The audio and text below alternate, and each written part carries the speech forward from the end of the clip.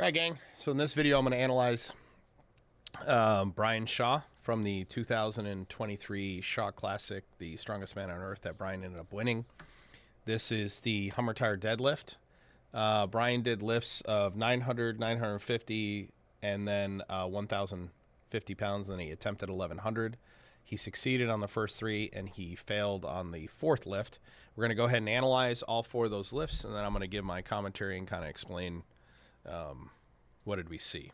All right, one of the things that really stands out about Brian is just how repeatable he is. But if you go ahead and take a look at this pull, looks like there might have been a little hitch there to the left.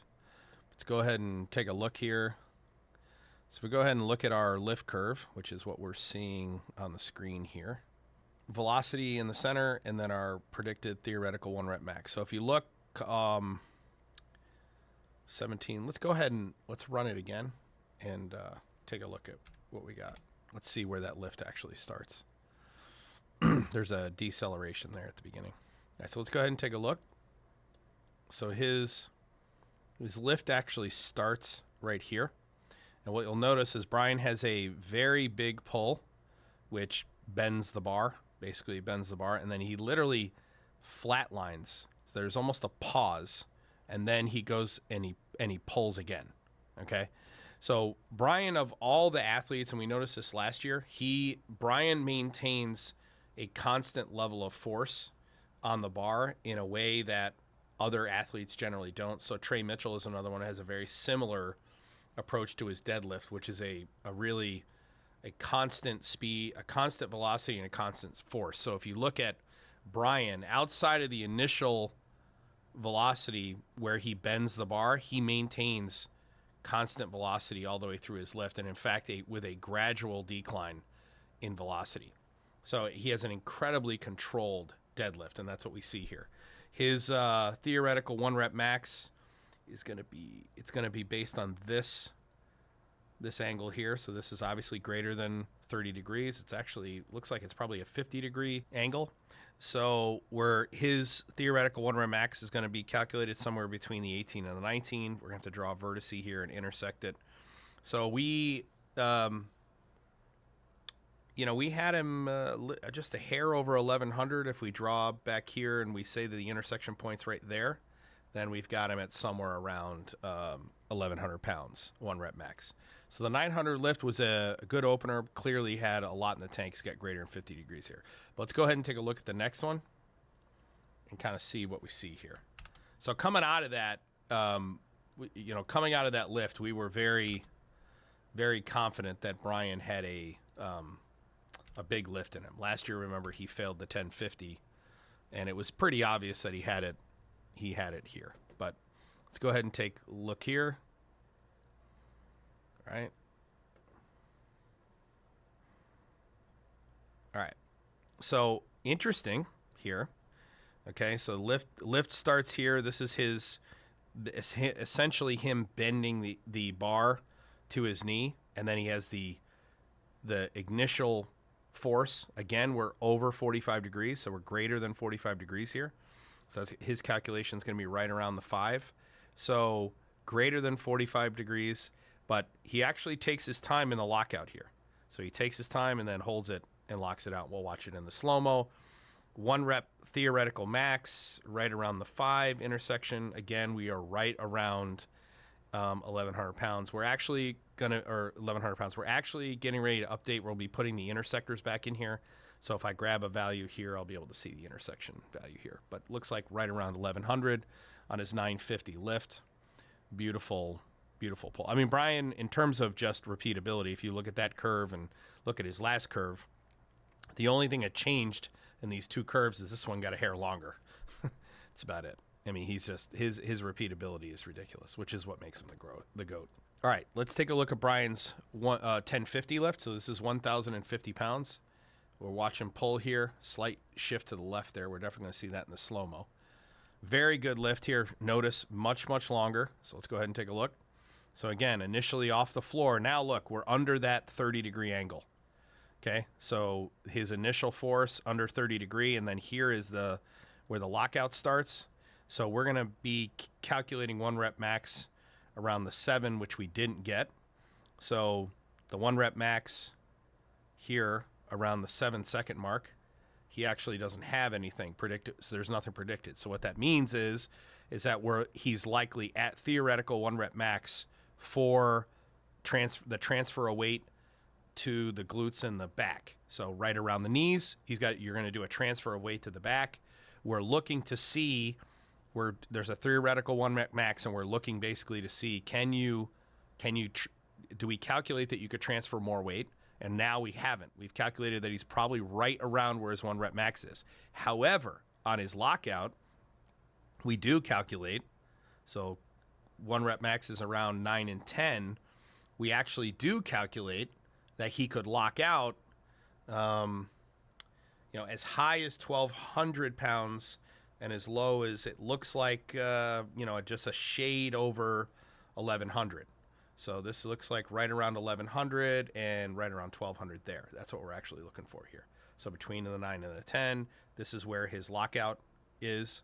So this is where the hinge pass. This is initial force. This is the transfer of weight. Then this is his lockout here. And then he holds it. This little deceleration is actually his hands coming down after finishing the lift. Again, another beautiful lift. So when we look at this here, my initial take, I didn't know if he was going to come out and try 1,100. But my initial take after I looked at this was he's right there. I'm going to go 50-50 on the 1,100. Like maybe he gets a big boost of adrenaline from the fans and they can get him past the knees where he's going to be able to lock this out. Because he could lock out 1,100 for sure based on our theoretical calculation here. But we don't calculate that he could get past his knees. All right, we're going to go ahead and see where he literally starts. Bam. So he's starting right around the 3. Yeah, and you'll see what we've got here is, he's clearly under 30 degrees, and he can't quite get this curve, this second, once the mass has been transferred, he can't quite get it beyond. And the only calculation we got was after he let the bar go. So yeah, here under 30 degrees, it's pretty obvious. I mean, in fact, I was watching when this was happening live, and the moment I saw how flat the curve there was before he even got the bar to his knees, that he had it. He was done.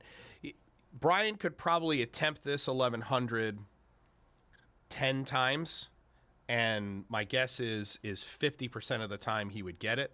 He'd get it just past the knee with enough inertia to handle the force, with enough inertia to give him the ability to apply enough force to hinge and lock out. And 50% of the time he wouldn't, based on this data here. Let's look at slow-mo number 1. So this is the 900-pound lift. What we're going to do is let's go ahead and watch his center of gravity. And we're actually going to find that I think in two of these lifts, he's going to have a weight transfer to his left foot. A slight one. I mean, very, very slight. But let's go here. All right, let's see the pull. You see he loads up. Pull. Oh, slight to the left. You'll see it went just slightly to the left, but that's after off the ground, and then straight up.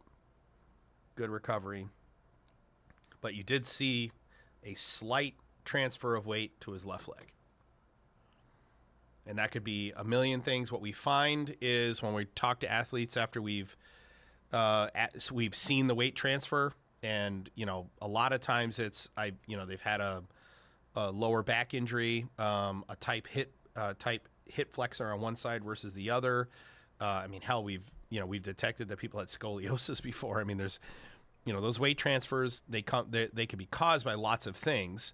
Most of the time it has to do with there's some lingering injury, and the brain is accommodating. The central nervous system is accommodating for that injury as it's firing the muscle. All right, let's take a look at the slow-mo of the 950. Again, let's watch our center of mass. And let's see if we get a weight shift to the left-hand side again. Brian loads up unlike nobody else. All right, pull. That one was straight up. So there was no transfer there, but you'll notice there was kind of a slight rock to his right foot, but he stayed in center of mass, moving all the way. Brian's the GOAT. I gotta be honest with you, I've analyzed a ton of deadlift data, and Brian, Gabe Pena, you know, a lot of these, you know, these guys they're animals. So this is 1050. Again, let's watch center of mass, and let's see what we have with weight transfer here. Up. That's that slight deceleration. Oh, there. That's why he transferred to the left. He got the right side up first, and that's why he had the transfer away to the left. He did have it there too, so he had it twice. He had it at the 1050 as well. Very slight. I can go take a look at the underlying model and see how much weight we calculate he had transferred over to the left leg there. But yeah, that was a clear shift of the center of mass to the left. All right, and then let's take a look at this last one. This is Brian pulling the 1100. He's just a machine. Every single lift, man. It's just so close. I mean, honestly, Brian probably doesn't want to hear this, but he was literally likely 1 inch. I mean, we could go back and look at that chart again, but he was literally likely just a single inch from being able to transfer that and lift it and lock it out. I mean, to put it in perspective. Probably won't tell Brian that, but and let me say, you know, this, you know, Brian Shaw. I'm not fanboying here. I'm a data guy. Let me say this: Brian Shaw is, in our opinion, you know, he's the deadlifting GOAT. It doesn't mean that he's lifted the most amount of weight of all time, but in terms of the way Brian deadlifts, the guy is the absolute master of repeatability. You know, I don't know how he found his optimal rep. You'll notice he actually has a wider stance in his deadlift than most deadlifters. He also doesn't have his arms straight up and down. You know, he's at that optimal 15-degree angle because of the, you know, our shoulder joints, and also gives you the ability to activate the lats while you're deadlifting with that angle. He actually has a relatively unique stance in terms of the way he approaches the bar. He has a wider stance that most athletes don't have. But Brian's repeatability is just, it's reflected in the data over and over and over again. I mean, his chart, his lift curves look identical. The only difference is they get longer and they angle down. So a curve should essentially, as you move to heavier and heavier weights, we should be able to take the geometric shape and just essentially shift it to the right. And if you're lifting consistently and succeeding on the lift, we're going to see a curve that looks the same, that's a little longer and kind of tilted to the right. Like, subscribe, comment down below. Let me know who it is you want to analyze next. We're going to be doing Tom Stoltman next. We have to do a couple of things with the videos. We ran into some frame rate issues. We need the videos to be at about 30 frames a second in order for us to accurately run the engine. But let me know who else you want to see us analyze, and we'll see you in the next one. Stay strong, bitches.